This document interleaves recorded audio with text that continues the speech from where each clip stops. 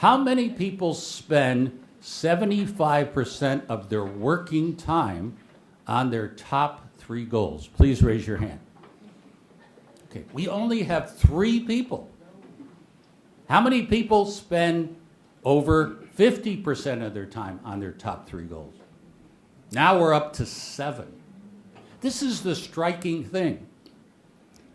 In almost every survey that has been taken, 80 to 90% of the people spend less than 50% of their working time on what they say are their top goals. So that's an incredible statistic when you think about it. What it shows is that most people are passive in the way they approach the work week. They are responding to emails, phones, meetings, other people's goals. And they come home at night and they say, I've worked so hard, but actually what have I accomplished? I've accomplished other people's goals. I haven't accomplished my goals. So those are the basic facts. Now, I want to make 2 other ideas here. One is, if you want to accomplish your top goals, you've got to figure out a way to get the small stuff quickly done. So how do we do that? Well, the first is my acronym called OHIO. Only handle it once. This has nothing to do with a football team or the Buckeyes or anything like that. But it applies primarily to emails. Now, we all get too many emails. Some of us get 100 emails. Some of us get 200 emails. Some of us get 300 emails. If all you do is respond to your emails, you will do nothing else that day but respond to your emails. So this is what OHIO is about. It's a 2-part idea. The first is you should work at the goal of throwing away immediately, just reading the subject line, 70 to 80% of your emails. I mean, think about it. There's from some politician who's soliciting you yet again for a contribution, from some nonprofit charity that you know nothing about that wants it. Or it's something from your employer that's being sent out to 2,000 people.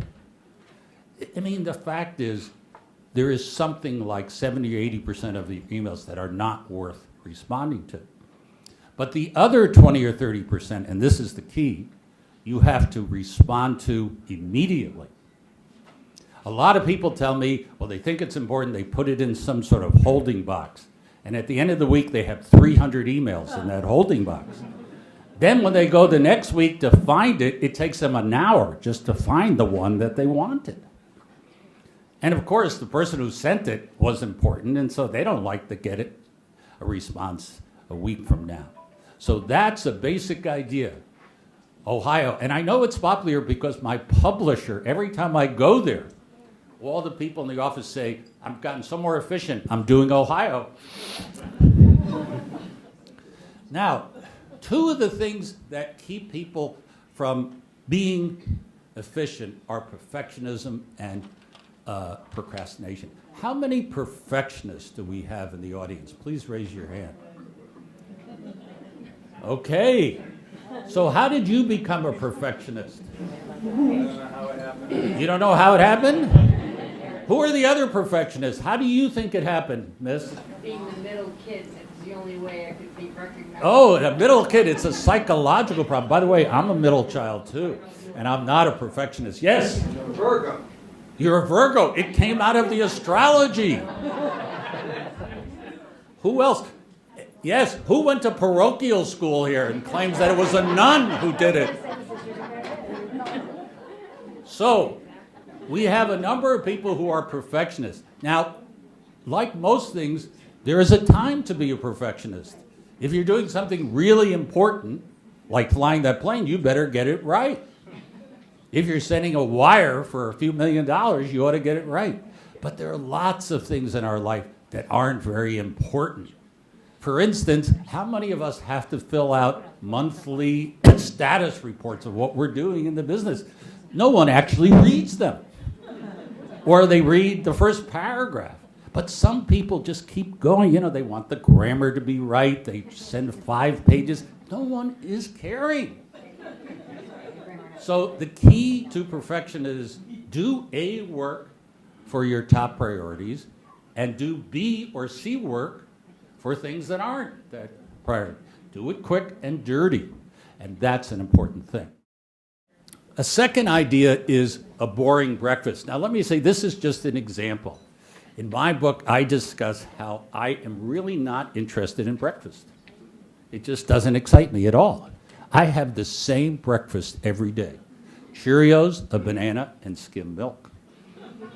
Now you might ask me why I have a banana.